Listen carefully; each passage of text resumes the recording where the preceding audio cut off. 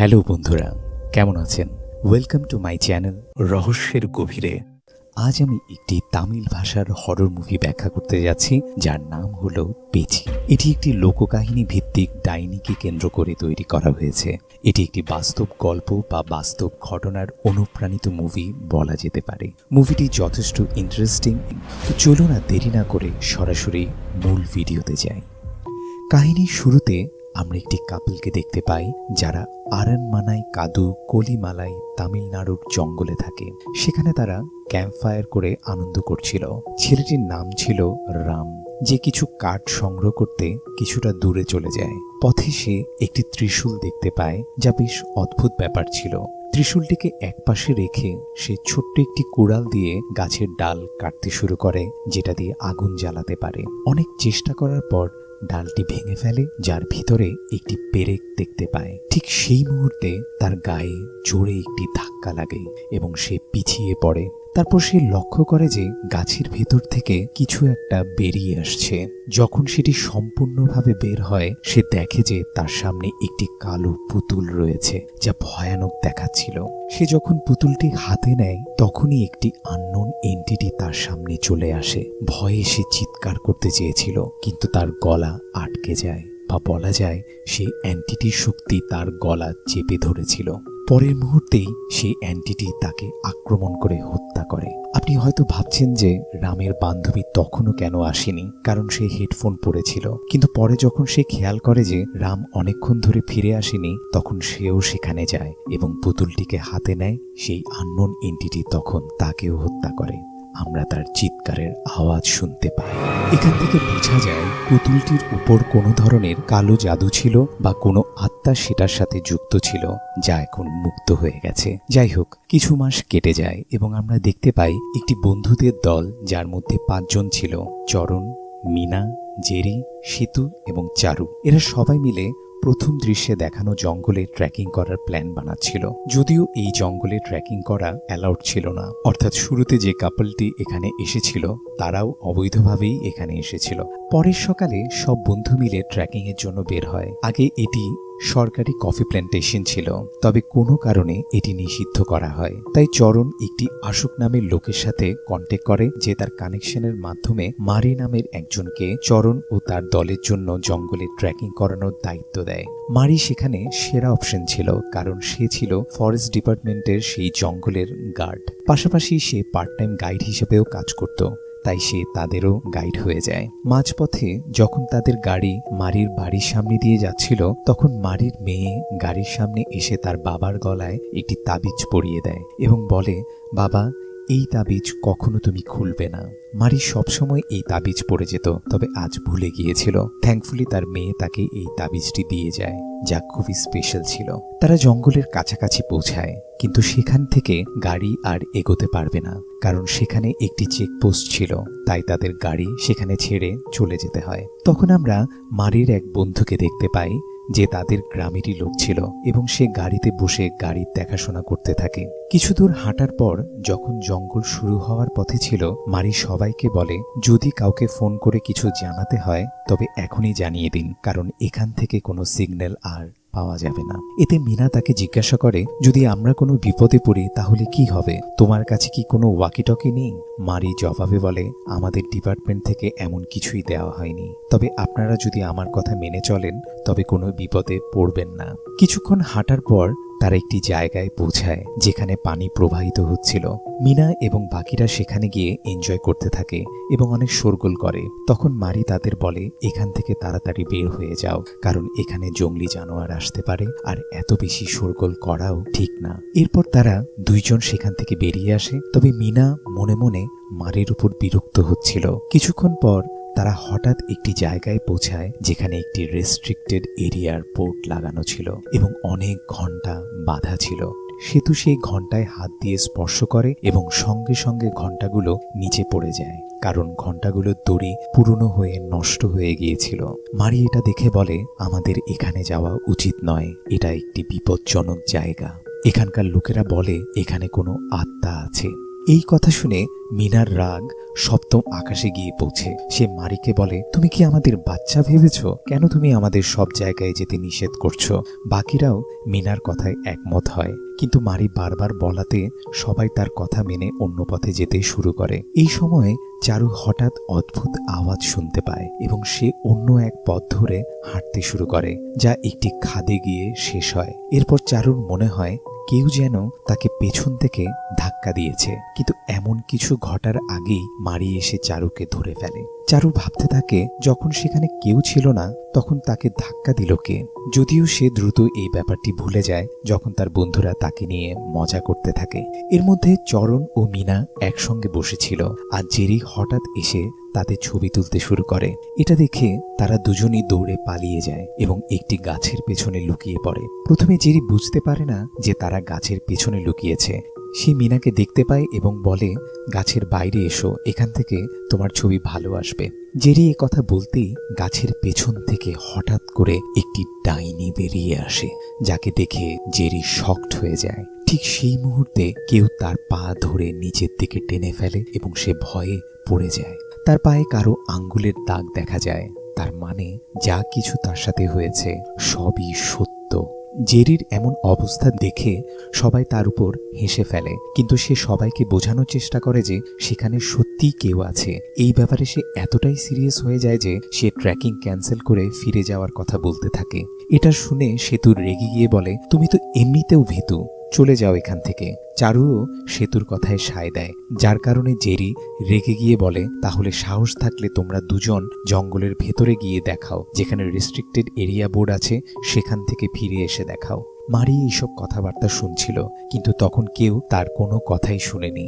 সেতু আর চারু জেরির চ্যালেঞ্জকে সিরিয়াসলি নিয়ে লাল ফিতা নিয়ে জঙ্গলের ভেতর ঢুকে পড়ে। তারা তখন যেদিক দিয়ে যাচ্ছিল সেদিকে ফিতা বাঁধতে থাকে যাতে পথ না হারায়। তারপর তারা রেস্ট্রিক্টেড এরিয়ার ভিতর যেতে থাকে এবং কিছুটা দূরে একটি পুরনো বাড়ি দেখতে পায়। এই সময় আমরা দর্শক হিসেবে লক্ষ্য করি যে কেউ তাদের উপর নজর রাখছে। তারা বাড়ির ভেতরে গিয়ে দেখে সেই অভিশপ্ত পুতুলটিকে, যেটা আমরা শুরুতেই দেখেছিলাম। চারু পুতুলটিকে হাতে নিয়ে তার সঙ্গে সেলফি তুলতে থাকে। তখন সে দেখে পেছনে সেই ডাইনিটা দাঁড়িয়ে আছে, যাকে দেখে সে খুব ভয় পেয়ে যায়। চারু দেখে যে ডাইনি বাইরে থেকেও তাকে দেখছে, যা তাকে আরো বেশি আতঙ্কিত করে তোলে, কারণ একই সময় দুই জায়গায় কিভাবে দেখা গেল। সে সেতুকে জানাতে চেষ্টা করে যে সেখানে ডাইনি আছে, কিন্তু সেতু কিছুই দেখতে পায় না। অন্যদিকে চরণ ও মারি তাদের জন্য দুশ্চিন্তা করতে থাকে এবং তাদেরকে খুঁজতে বের হয়, যেখানে মাঝপথে তারা আহত অবস্থায় চারুকে অজ্ঞান পড়ে থাকতে দেখে। তারা সাহায্য করতে গেলে চারু হঠাৎ জোরে হাসতে থাকে এবং সেতুর সামনে এসে হাসতে থাকে। এতে চরণ আর মারির মনে হয় যে তারা মজা করছে। মারি রেগে গিয়ে বেস ক্যাম্পের দিকে ফিরতে থাকে, আর চরণও তার পিছু পিছু যায়। তখন তারা দেখে সেতু আর চারু তো আগেই বেস ক্যাম্পে পৌঁছেছে এবং চারু ভয়ে কাঁপছিল। এটা দেখে সাডেনলি তাদের মনের মধ্যে প্রশ্ন আসে যে তাহলে ওই দুইজন কে যারা আমাদের সাথে প্র্যাঙ্ক করেছিল? তারা পিছনে ফিরতেই চরণ দেখে যে সেতু আর চারু, যারা ওই ডাইনির ছলনা ছিল, শয়তানের হাসি দিয়ে তাদের দিকে তাকাচ্ছিল এবং পরক্ষণেই তারা অদৃশ্য হয়ে যায়। অর্থাৎ এই ডাইনি তাদের সাথে খেলছিল।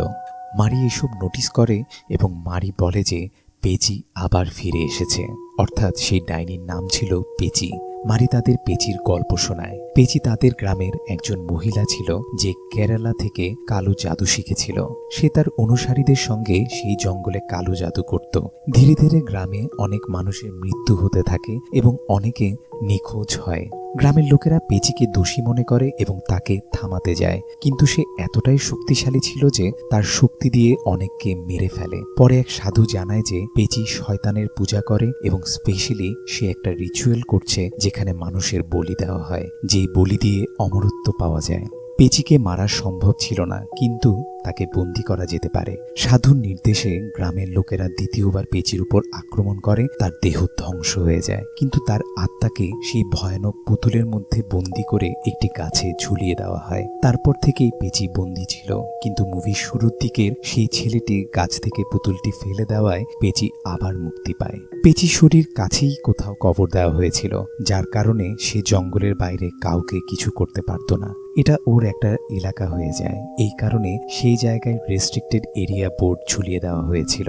এটা করা হয়েছে কারণ কেউ যেন ওখানে না যেতে পারে। ওখানে যেই ঘণ্টাগুলো ছিল সম্ভবত পেঁচিকে থামানোর জন্যই ছিল, তার শক্তিগুলোকে আটকে রাখার জন্যই, কিন্তু সেগুলো তো ভেঙে চুরমার হয়ে গেছে। সবচেয়ে বড় ব্যাপার হলো এখানে যে কফি প্ল্যান্টেশন ছিল সেটাও বন্ধ করে দেওয়া হয়েছে এই কারণে। এখন আপনারা নিশ্চয়ই বুঝতে পারছেন যে রাম আর তার গার্লফ্রেন্ডের সাথে কি ঘটেছিল। পেঁচি তাদের মেরেছিল, কিন্তু এখন তারা অনেক ভেতরে চলে এসেছে, আর চারু আর সেতু তো পেঁচির বাড়ির ভেতরেই ঢুকে পড়েছে।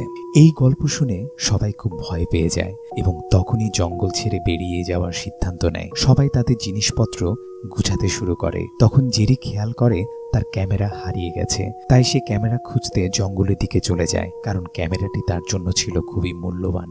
মারি তাকে হাজারবার থামানোর চেষ্টা করে, কিন্তু জেরি কোনো কথাই শোনে না, তাই মারি তার পিছু পিছু যায়। কিছু দূর যাওয়ার পর জেরি তার ক্যামেরাটি খুঁজে পায়, যেটা নিয়ে সে ফিরে আসতে থাকে। কিন্তু তখন সে দেখে তার পিছনে দুইজন মারি দাঁড়িয়ে আছে, একজন তার কাছে আরেকজন দূরে। জেরি ভাবে তার কাছে থাকা মারি হয়তো ছলনা, তাই সে তাকে ধাক্কা দিয়ে দূরে পালিয়ে যায়। কিন্তু আসল মারি ছিল তার কাছে থাকা মানুষটি, আর দূরেরটা ছিল পেঁচির ছলনা। এরপর জেরি ভয়ে পালিয়ে পেঁচি সে বাড়ির ভেতর ঢুকে পড়ে, যেখানে পেঁচি এসে তাকে মেরে ফেলে। মারি যে জেরির সাথে গিয়েছিল সে একা ফিরে আসে। সেতু আর মিনা মনে করতে শুরু করে হয়তো মারি জেরিকে মেরে ফেলেছে এবং পুরো ঘটনাটাও তারই কাজ। তারা পেঁচির কথায় বিশ্বাস করতে চায় না। এতে সেতু রেগে গিয়ে মারিকে মারতে শুরু করে। এদিকে চারুও কোথায় চলে যায়। চরণ ও মিনা তাকে খুঁজতে বের হয় এবং তারা চারুকে একটি অদ্ভুত অবস্থায় দাঁড়িয়ে থাকতে দেখে। এরপর পেঁচি হঠাৎ করে তাকে নিয়ে যায়। এত দ্রুতই এটা ঘটে যে তারা ঠিকমতো কিছুই দেখতে পায় না। যখন সেতু আর মারি জানতে পারে যে চারু মারা গেছে, তখন তারা জঙ্গল থেকে পালাতে শুরু করে। তাদের পেছনে মিনা ও চরণও দৌড়াতে থাকে। মারি অনেক দূর পালিয়ে যায়, কিন্তু তার জায়গায় এক ছলনা মারি হয়ে তাদেরকে পেঁচির বাড়ির কাছে নিয়ে যায়। সেতু সেটা বুঝতে পেরে চরণ ও মিনাকেও থামিয়ে দেয়। তখন আমরা দেখতে পাই আসল মারির উপর পেঁচি আক্রমণ করতে আসে, কিন্তু কোনো কারণে মাঝপথেই থেমে যায় এবং অদৃশ্য হয়ে যায়, যার ফলে মারি বেঁচে যায়। এটা কিভাবে হলো? কারণ মারি একটি তাবিজ পড়েছিল যা তার মেয়ে তাকে দিয়েছিল। সেই তাবিজের কারণে পেঁচি তাকে মারতে পারেনি। এরপর আমরা দেখতে পাই মিনা হঠাৎ গায়েব হয়ে গেছে। চরণ আর সেতু তাকে খুঁজতে থাকে এবং তারা পেঁচির বাড়িতে মিনাকে দেখতে পায়। সেতু ভয়ে পালিয়ে যায় আর চরণ মিনাকে নিতে যায়। তখন সেতু দেখতে পায় জেরি আহত অবস্থায় শুয়ে আছে। সে তাকে সাহায্য করতে যায়, কিন্তু তখনই সে রিয়েলাইজ করে যে সেই ব্যক্তি আসলে পেঁচি ছিল। কিছুক্ষণের মধ্যেই সেতু ও পেঁচির শিকার হয়। চরণ ও মিনা পেঁচির বাড়ি থেকে পালানোর চেষ্টা করে এবং তখন তাদের সামনে মারি আসে। সে বলে আমাদের জঙ্গল থেকে বেরিয়ে যেতে হবে, তাহলে আমরা পেঁচি থেকে বাঁচতে পারবো। মিনা চরণকে বলে এর কথা বিশ্বাস করো না, ও একটা ছলনা হতে পারে। মারি বলে আমি ছলনা নই, এই তাবিজই তার প্রমাণ। এটাই সেই তাবিজ যা সাধু আমার পূর্বপুরুষকে দিয়েছিল, আর সেই কারণেই তারা পেঁচির দেহ ধ্বংস করতে পেরেছিল। পেঁচি খুবই শক্তিশালী ছিল, তাকে মারা সম্ভব ছিল না, তাই তাবিজ তার শক্তিকে প্রতিরোধ করতে পারে। মিনা প্রথমে বিশ্বাস করতে চায় না, কিন্তু চরণের কথায় সে রাজি হয়ে যায়। তারা মারির হাত ধরে এবং একসঙ্গে জঙ্গলের রেস্ট্রিক্টেড এলাকা থেকে বেরিয়ে আসতে শুরু করে। ঠিক যখন তারা এলাকা থেকে বেরিয়ে আসতে যাচ্ছিল, মিনার হাত ফসকে যায় এবং পেঁচি তাকে চোখের পলকে তুলে নিয়ে যায়। চরণ ভয় পেয়ে যায় এবং মিনাকে খুঁজতে ফিরে যেতে চেষ্টা করে। মারি তাকে থামানোর চেষ্টা করে, কিন্তু চরণ তার কোনো কথাই শুনে না এবং আবার সেই রেস্ট্রিক্টেড এরিয়াতে ফিরে যায়। চরণ কিছুক্ষণ পরেই বুঝতে পারে যে তার সিদ্ধান্ত কতটা ভুল ছিল, কারণ সে ভেতরে মিনাকে খুঁজে পায় না। তার বন্ধুদের বেশ ধরা সেই ব্যক্তিগুলো তাকে ভয় দেখাতে থাকে। তারপর পেঁচি তাকে আক্রমণ করতে আসে, কিন্তু পেঁচি তার কাছে আসতেই অদৃশ্য হয়ে যায় এবং চরণ বেঁচে যায়। সে দেখে তার হাতে মারির তাবিজ রয়েছে, যা সে তখন পেয়েছিল যখন মারি তাকে থামানোর চেষ্টা করেছিল। চরণ তখন জঙ্গল থেকে বেরিয়ে আসে এবং মাঝপথেই মারি মৃত অবস্থায় পড়ে থাকতে দেখে, যাকে পেঁচি মেরে ফেলেছিল, কারণ তার কাছে কোনো তাবিজ ছিল না। কিন্তু আমাদের মনে এক অদ্ভুত প্রশ্ন আসে, পেঁচি তো রেস্ট্রিক্টেড এরিয়ার বাইরে যেতে পারে না, তাহলে সে কিভাবে মারিকে বাইরে এসে মেরে ফেলল? যাই হোক, চরণ জঙ্গল থেকে বেরিয়ে আসে এবং দেখে মারির সেই বন্ধুর গাড়ি আসছে। যখন সে গাড়ি থামায়, সে শকিংলি দেখে মিনা সেই গাড়ির ভেতরে বসে আছে।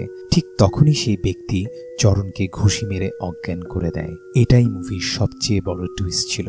যখন চরণের চোখ খুলে, সে নিজেকে পেঁচির বাড়িতে বাঁধা অবস্থায় দেখতে পায়। তার সামনে সেই ব্যক্তি এবং মিনা দাঁড়িয়েছিল। বন্ধুরা, এখানেই বের হয়ে আসে এই মুভির আসল রহস্য। এখন আমরা জানতে পারি মিনা কেন এতক্ষণ কোনো কিছুতে শকড হচ্ছিল না বা বারবার মারির উপর রেগে যাচ্ছিল। আসলে মিনা আর কেউ নয়, পেচির উত্তরসূরি। সে ভবিষ্যতে পেচির মতো কালো জাদু করবে। সিনেমার শুরুতে যেভাবে পেচি মুক্তি পেয়েছিল তা মিনার দাদিরও জানা ছিল, কারণ কোথাও না কোথাও তারা এই সব কিছুর সাথে যুক্ত ছিল এবং তারা মিনাকে বলেছিল 13 জনের স্যাক্রিফাইসের কথা, অর্থাৎ পেচিকে যা দরকার তা পেতে তাদের শয়তানকে আরো 13 জনের স্যাক্রিফাইস দিতে হবে, কারণ পেচি শেষ হওয়ার আগে মাত্র 13টি স্যাক্রিফাইস বাকি ছিল, যেমনটি সেই সাধু বলেছিলেন। তিনি বলেছিলেন যদি পেচি আরো বেশি স্যাক্রিফাইস পায় তবে সে অমর হয়ে যাবে। এখন দেখুন, এই 13 জনের মধ্যে 2 জন ইতিমধ্যেই মারা গেছে, অর্থাৎ রাম এবং তার গার্লফ্রেন্ড, যারা শুরুতে ছিল। এখন কেবল 11 জন স্যাক্রিফাইসের জন্য বাকি ছিল। স্বাভাবিকভাবে কেউই ইচ্ছে করে পেচির এলাকায় যাবে না। সরকার এবং অন্যরা সেখানে রেস্ট্রিক্টেড এরিয়ার বোর্ড লাগিয়ে দিয়েছিল। রাম এবং তার গার্লফ্রেন্ড হয়তো বোকা ছিল যারা সেখানে চলে গিয়েছিল, হয়তো তারা এসব কথাই বিশ্বাস করত না।